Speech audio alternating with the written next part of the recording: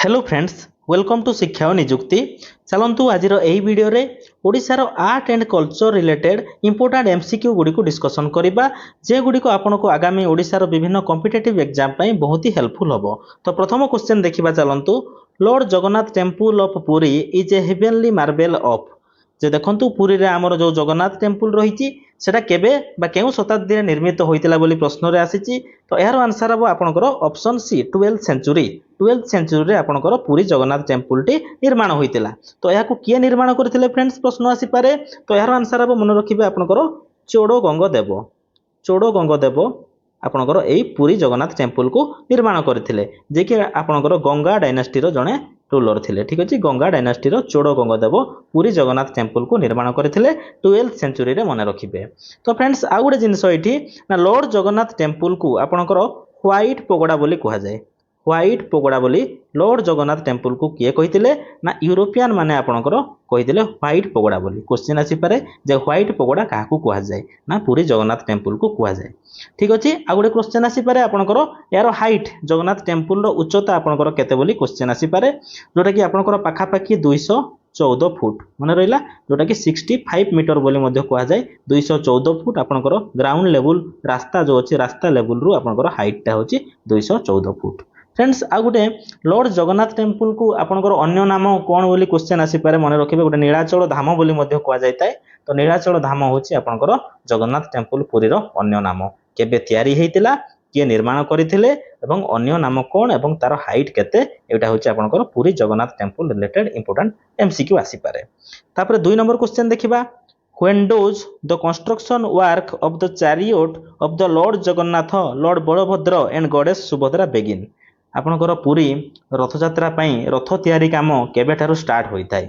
तो देखंतु रथ तयारी काम केबेठु स्टार्ट हुए ना आपनकर आंसर हबो ऑप्शन सी अक्षय तृतीया। अक्षय तृतीया आपनकर केबे पड़े फ्रेंड्स ना आपनकर एप्रिल मास, जोटा कि आमर ओडिया रे बैशाख मास बोली कहिताउ, सेइथिरे आपनकर अक्षय तृतीया पड़ी थाय। सेई दिन ठारु आपनकर पुरी रथ यात्रा पई रथ तयारी काम स्टार्ट होइताय। मन रखिले फ्रेंड्स अक्षय तृतीया मन रखिबे। सेमिति आपनकर एई एप्रिल मास बैशाख मास रे आ गोटे मध्य से दिन इंपोर्टेंट आपनकर फेस्टिवल पड़ी थाय, जोटा कि चंदन यात्रा बोली कहा जाय। ठीक अछि, चंदन यात्रा मन रखिबे।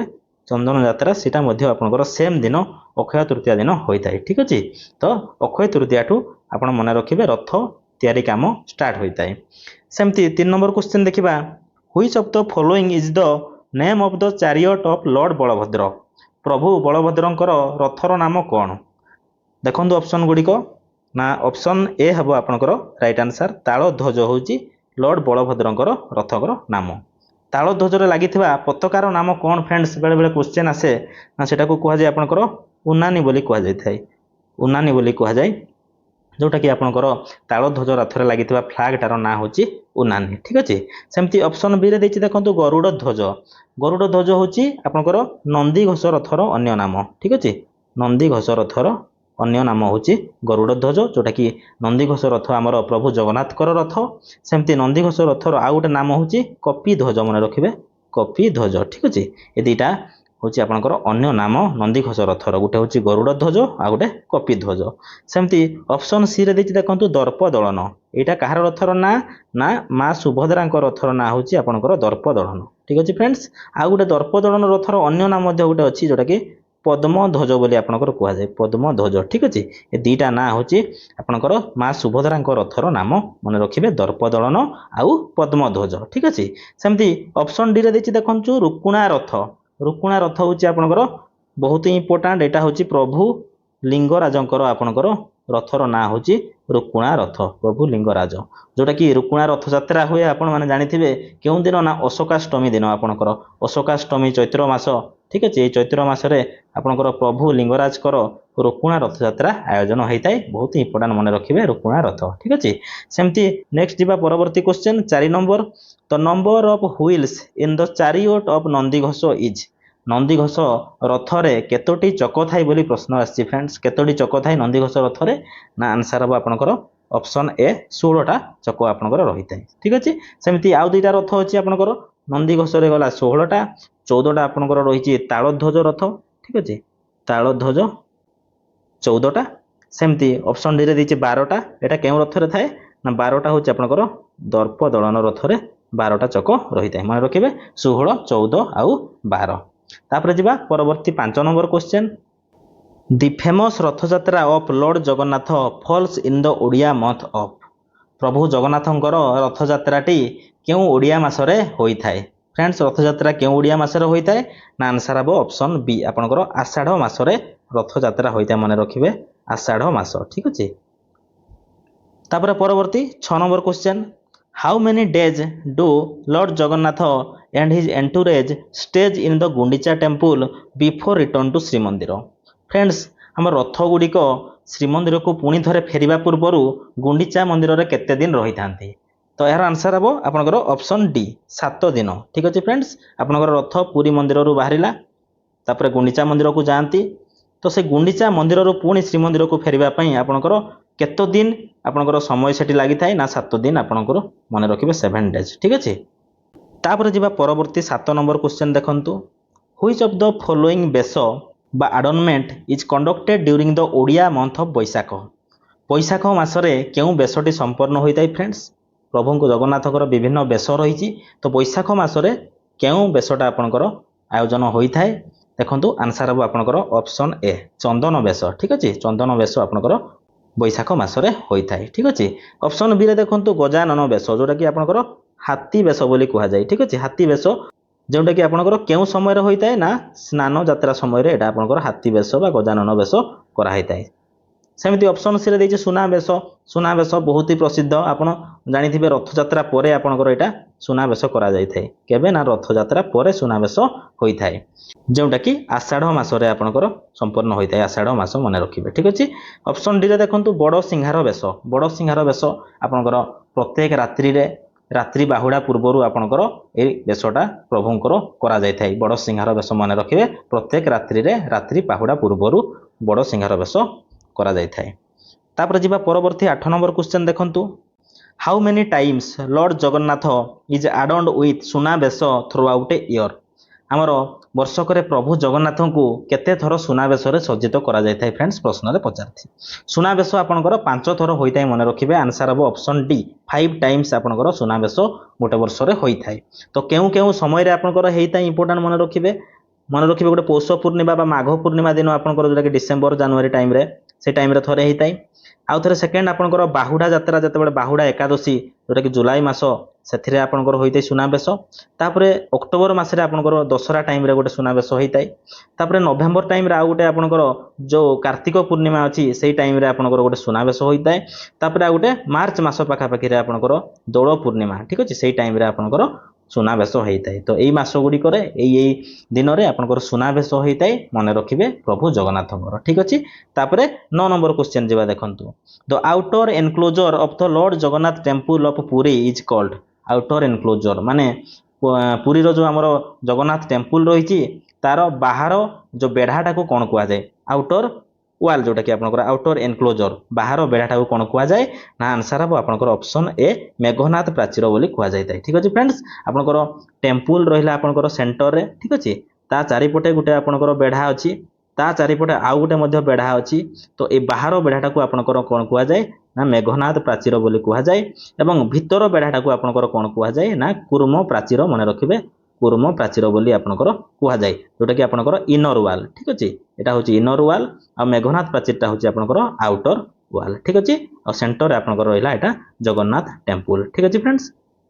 तापर जिबा 10 नंबर क्वेश्चन देखंतु the main temple of the Lord Jagannath is called हमर प्रभु जगन्नाथंकर मुख्य मंदिरटा को आपनकर कोन कुआ जाय जोंठारे आपनकर तीन ठाकुर विराजमान थांती से मुख्य मंदिरटार ना होची आपनकर ऑप्शन सी हेबो राइट आंसर विमन ठीक अछि फ्रेंड्स विमन कुआ जाय आपनकर मुख्य मंदिरटी को तो डायग्राम रे हमें बुझिबा प्रथमे देखंतु आपनकर मुख्य मंदिरटा रहिला एटा सपोज आपनकर मुख्य मंदिर ठीक अछि एठी आपनकर ठाकुर विराजमान अछंती तो एटा को कुआ जाय आपनकर विमन ठीक अछि विमन बा आपनकर देउळ कुआ जाय ठीक अछि देउळ एटा को कुआ जाय आपनकर गर्भगृह ठीक अछि गर्भगृह जोठी आपनकर ठाकुर एठी अवस्थान करंती गर्भगृह रे सेमती मुख्य मंदिर रो सामना रे जो छोटो मंदिरटा रहिछि एटा को कुआ जाय आपनकर जगमोहन ठीक अछि फ्रेंड्स एटा होछि जगमोहन ता सम्मुख रे जो अछि गुटे सेटा को कुआ जाय आपनकर नाट मंदिर ठीक अछि এটা কুହାଯାଏ ନାଟ ମନ୍ଦିର। ସେମିତି ନାଟ ମନ୍ଦିର ସମ୍ମୁଖରେ ଆପଣଙ୍କର ରହିଛି ଏଟାକୁ ଭୋଗ ମଣ୍ଡପ କୁହାଯାଏ।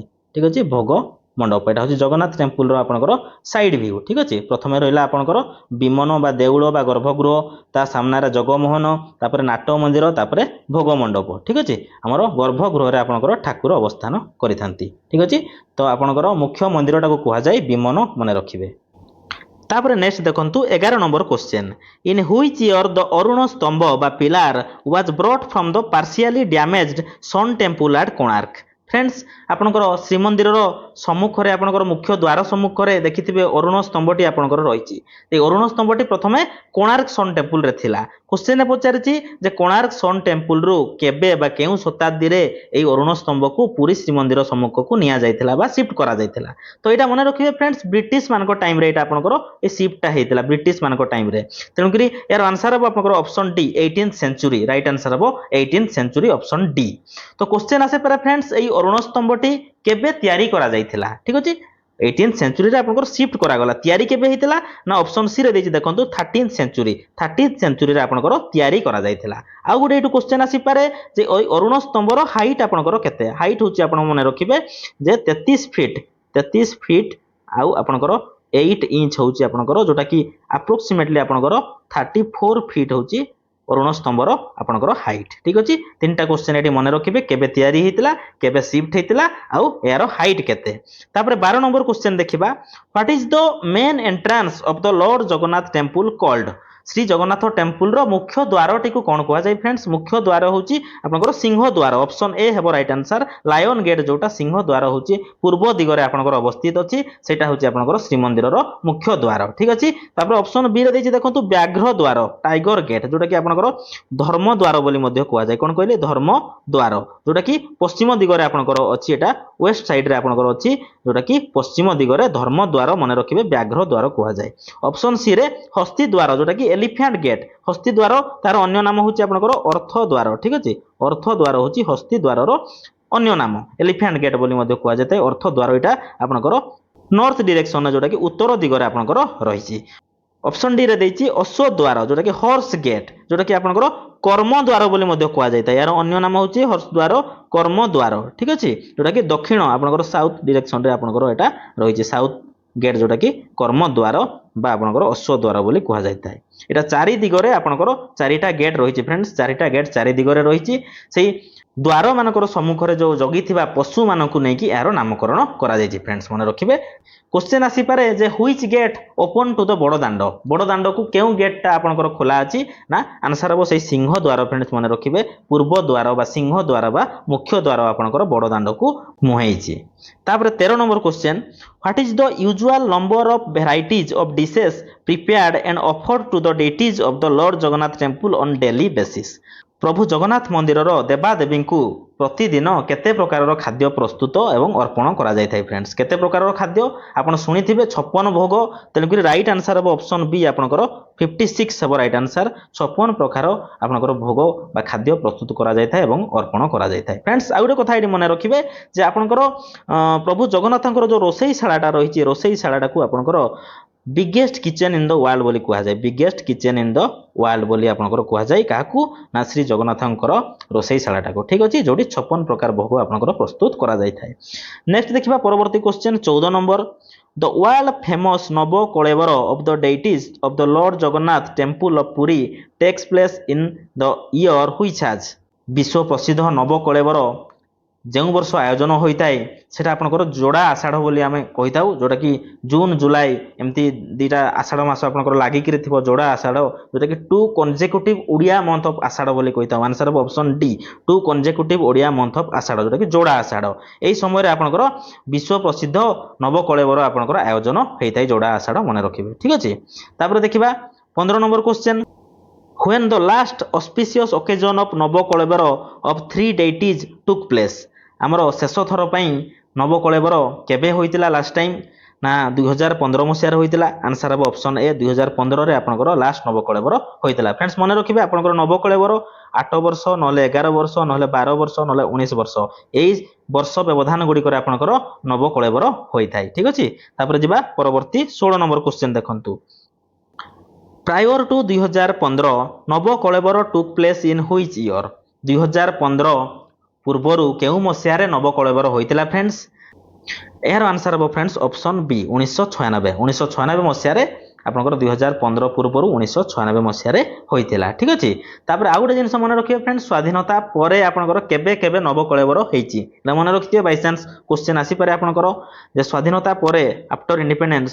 ଠିକ୍ ଅଛି, ଆଫ୍ଟର ଇଣ୍ଡିପେଣ୍ଡେନ୍ସ ମନେ ରଖିବେ ଯେ 1950ରେ ଗୋଟେ ଆପଣଙ୍କର ହେଇଥିଲା, ତାପରେ 1969ରେ, ତାପରେ 1977ରେ ହେଇଥିଲା, ତାପରେ 1996ରେ ହେଇଥିଲା, ତାପରେ 2015ରେ ହେଇଥିଲା। ଦେଖନ୍ତୁ 1950ରୁ 1969 ଆପଣଙ୍କର 19 ଇୟର ଗ୍ୟାପ୍ ରହିଲା।